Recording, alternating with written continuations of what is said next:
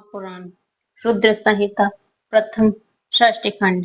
ऋषियों के प्रश्न उत्तर में नारद ब्रह्मा संवाद की अवतारणा करते हुए सूत जी का उन्हें नारद मोह का प्रसंग सुनाना।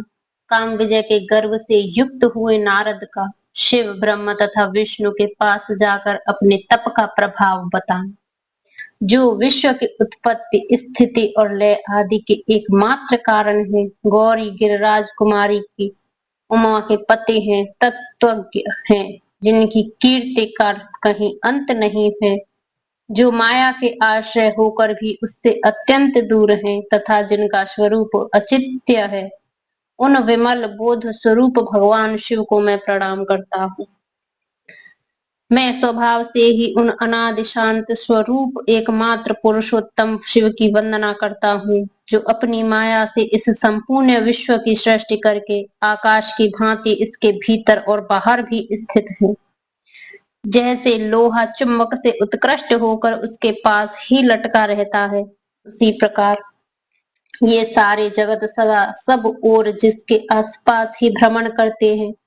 उन्होंने आपने से इस प्रपंच को रचने की विधि बताई थी, जो सबके भीतर अंतर्यामी रूप से विराजमान है तथा जिनका अपना स्वरूप अत्यंत गूढ़ है। उन भगवान शिव की मैं सादर वंदना करता हूँ। व्यास जी कहते हैं, जगत के पिता भगवान शिव, जगत माता कल्याणमयी पार्वती तथा उनके पुत्र गणेश जी को मैं नमस्कार करके हम इस पुराण का वर्णन करते हैं। एक समय की बात है, नैमिषारण्य में निवास करने वाले शौनक आदि सभी मुनियों ने उत्तम भक्ति भाव के साथ सूत जी से पूछा। ऋषि बोले, महाभाग सूत जी, विद्वेश्वर संहिता की जो साध्य साधन खंड नाम वाली शुभ एवं उत्तम कथा है, उसे हम लोगों ने सुन लिया। उसका आदि भाग बहुत ही रमणीय है तथा अब शिव भक्तों पर भगवान शिव का वात्सल्य स्नेह प्रकट करने वाली है। विद्वान, अब आप भगवान शिव के परम उत्तम स्वरूप का वर्णन कीजिए, साथ ही शिव और पार्वती के दिव्य चरित्रों का पूर्ण रूप से श्रवण कराइए। हम पूछते हैं, निर्गुण महेश्वर लोक में सगुण रूप से कैसे धारण करते हैं?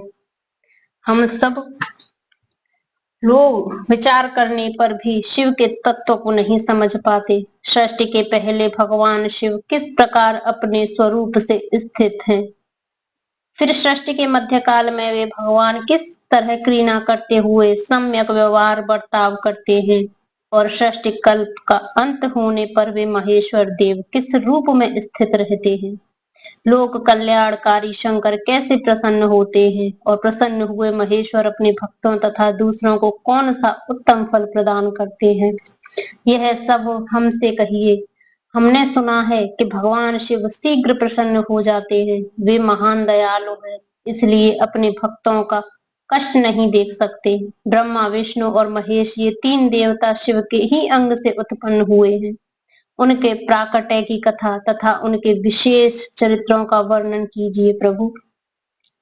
आप उमा के आविर्भाव और विवाह की भी कथा कहिए, विशेषतः उनके गृहस्थ धर्म का और अन्य लीलाओं की भी वर्णन कीजिए।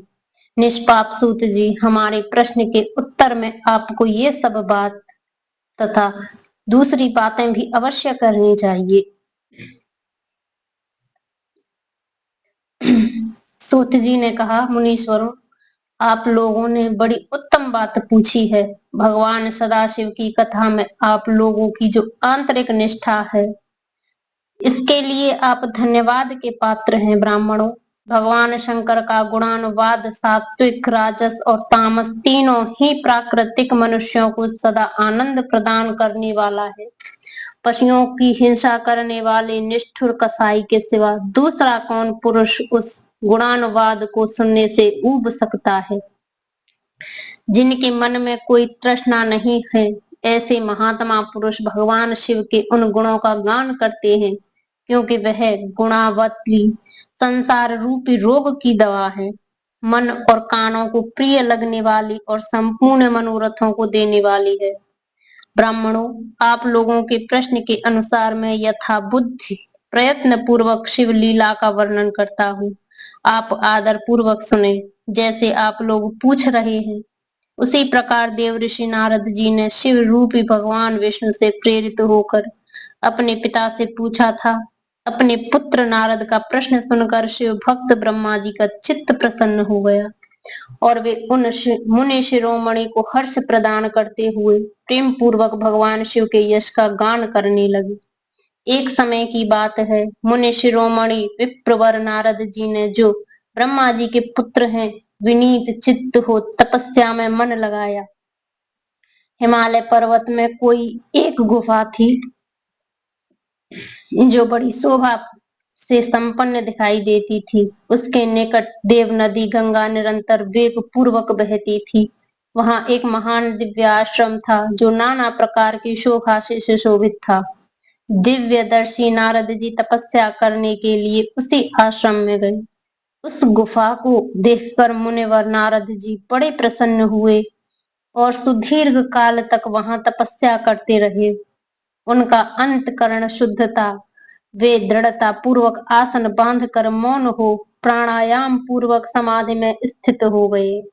ब्राह्मणों, उन्होंने वह समाधि लगाई जिसमें ब्रह्मा का साक्षात्कार कराने वाला है। ब्रह्मा मैं ब्रह्मा हूँ, यह विज्ञान प्रकट होता है। मुनिवर नारद जब इस प्रकार तपस्या करने लगे, उस समय यह समाचार पाकर देवराज इंद्र कांप उठे। वे मानसिक संताप से विहल हो उठ गए। ये नारद मुनि मेरा राज्य लेना चाहते हैं। मन ही मन ऐसा सोचकर इंद्र ने उनकी तपस्या में विघ्न डालने के लिए प्रयत्न करने की इच्छा की। उस समय देवराज ने अपने मन से कामदेव का स्मरण किया। स्मरण करते ही कामदेव आ गए। महेंद्र ने उन्हें नारद जी की तपस्या में विघ्न डालने का आदेश दिया। यह आज्ञा पाकर कामदेव वसंत को साथ ले बड़े गर्व से उस स्थान पर गए और अपना उपाय करने लगे। उन्होंने वहां शीघ्र ही अपनी सारी कलाएं रच डाली। वसंत ने भी मदमत्त होकर अपना प्रभाव अनेक प्रकार से प्रकट किया। मुनिवरों, कामदेव और वसंत के अथक प्रयत्न करने पर भी नारद मुनि के चित्त में विकार नहीं उत्पन्न हुआ। महादेव जी के अनुग्रह से उन दोनों का गर्व चूर्ण हो गया। शौनक आदि महर्षियों, ऐसा होने में जो कारण था उसे आदर पूर्वक सुनो। महादेव जी की कृपा से ही नारद मुनि पर कामदेव का कोई प्रभाव नहीं पड़ा।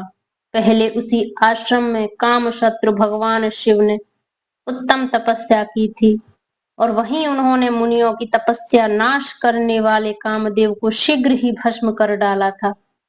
उस समय रति ने कामदेव को पुनः जीवित करने के लिए देवताओं से प्रार्थना की। तब देवताओं ने समस्त लोगों का कल्याण करने वाले भगवान शंकर से याचना की। उनकी याचना करने पर वे बोले, देवताओं, कुछ समय व्यतीत होने के बाद कामदेव जीवित हो जाएंगे, परंतु यहाँ उनका कोई उपाय नहीं चल सकेगा। अमरगढ़ यहाँ खड़े होकर लोग चारों ओर जितनी दूर तक की भूमिका को नेत्र से देख पाते हैं, वहां तक कामदेव के बाणों का प्रभाव नहीं चल सकेगा, इसमें संशय नहीं है। भगवान शंकर की इस उक्ति के अनुसार उस समय वहां नारद जी के प्रति कामदेव का निजी प्रभाव मिथ्या सिद्ध हुआ। वे शीघ्र ही स्वर्गलोक में इंद्र के पास लौट गए। वहां कामदेव ने अपना सारा वृतांत और मुनि का प्रभाव कह सुनाया। तत्पश्चात इंद्र की आज्ञा से वे वसंत के साथ अपने स्थान को लौट गए। उस समय देवराज इंद्र को बड़ा विस्मय हुआ। उन्होंने नारद जी की भूरी भूरी प्रशंसा की, परंतु शिव की माया से मोहित होने के कारण वे उस पूर्व वृतांत को स्मरण न कर सके। वास्तव में इस संसार के भीतर सभी प्राणियों के लिए शंभु की माया को जानना अत्यंत कठिन है। जिसने भगवान शिव के चरणों में अपने आप को समर्पित कर दिया है, उस भक्त को छोड़कर शेष सारा जगत उनकी माया से मोहित हो जाता है। नारद जी भी भगवान शंकर की कृपा से वहां चिरकाल तक तपस्या में लगे रहे। जब उन्होंने अपनी तपस्या को पूर्ण हुई समझा, तब वे मुनि उससे विरत हो गए। कामदेव पर मेरी विजय हुई ऐसा मानकर उन मुनीश्वर के मन में व्यर्थ ही गर्व हो गया। भगवान शिव की माया से मोहित होने के कारण उन्हें यथार्थ बात का ज्ञान नहीं रहा। वे यह नहीं समझ सके कि कामदेव के पराजित होने में भगवान शंकर का प्रभाव ही कारण है। उस माया से अत्यंत मोहित हो मुनि शिरोमणि नारद अपना काम विजय संबंधी वृतांत बताने के लिए तुरंत ही कैलाश पर्वत पर गए। उस समय वे विजय के मद से उन्मत्त हो रहे थे। वहां रुद्रदेव को नमस्कार करके गर्व से भरे हुए मुनि ने अपने आप को महात्मा मानकर तथा अपने ही प्रभाव से कामदेव पर अपनी विजय हुई समझकर उनसे सारा वृतांत कह सुनाया। वह सब सुनकर भक्त वत्सल भगवान शंकर ने नारद जी से, जो अपनी शिव की ही माया मोहित होने के कारण काम विजय की यथार्थ कारण नहीं जानते थे और अपने विवेक को भी खो बैठे थे, कहा। रुद्र बोले, तात नारद, तुम बड़े विद्वान हो, धन्यवाद के पात्र हो, परंतु मेरी यह बात ध्यान देकर सुनो। अब से फिर कभी ऐसी बात नहीं, कहीं भी न करना। विशेषतः भगवान विष्णु के सामने इसकी चर्चा कदापि न करना। तुमने मुझसे अपना जो वृतांत बताया है उसे पूछने पर भी दूसरों के सामने न कहना। यह सिद्ध संबंधी वृतांत सर्वथा गुप्त रखने योग्य है। इसे कभी किसी पर प्रकट नहीं करना चाहिए। तुम मुझे विशेष प्रिय हो, इसीलिए अधिक जोर देकर मैं तुम्हें यह शिक्षा देता हूँ और इसे न कहने की आज्ञा देता हूँ, क्योंकि तुम भगवान विष्णु के भक्त हो और उनके भक्त होते हुए भी मेरे अत्यंत अनुगामी हो। इस प्रकार बहुत कुछ कहकर संसार की सृष्टि करने वाले भगवान रुद्र ने नारद जी को शिक्षा दी। अपने वृत्तांत को गुप्त रखने के लिए उन्हें समझाया बुझाया, परंतु वे तो शिव की माया से मोहित थे, इसलिए उन्होंने उनकी दी हुई शिक्षा को अपने लिए हितकारी नहीं माना। तदंतर मुनि शिरोमणि नारद ब्रह्मलोक में गए। वहां ब्रह्मा जी को नमस्कार करके उन्होंने कहा, पिताजी, मैंने अपने तपोबल से कामदेव को जीत लिया है। उनकी यह बात सुनकर ब्रह्मा जी ने भगवान शिव के चरणावंदों का चिंतन किया और सारा कारण जानकर अपने पुत्र को यह सब कहने से मना किया, परंतु नारद जी शिव की माया से मोहित थे, अतएव उनके चित्त में मद का अंकुर जन्म गया था, उनकी बुद्धि मारी गई थी। इसलिए नारद जी अपना सारा वृतांत भगवान विष्णु के सामने कहने के लिए वहां से शीघ्र ही विष्णु लोक में गए। नारद मुनि को आते देख भगवान विष्णु बड़े आदर से उठे और शीघ्र ही आगे बढ़कर उन्होंने मुनि को हृदय से लगा लिया। मुनि के आगमन का क्या हेतु है, इसका उन्हें पहले से ही पता था। नारद जी को अपने आसन पर बिठाकर भगवान शिव के चरणाविंदों का चिंतन करके श्री हरि ने उनसे पूछा। भगवान विष्णु बोले, तात, कहाँ से आते हो?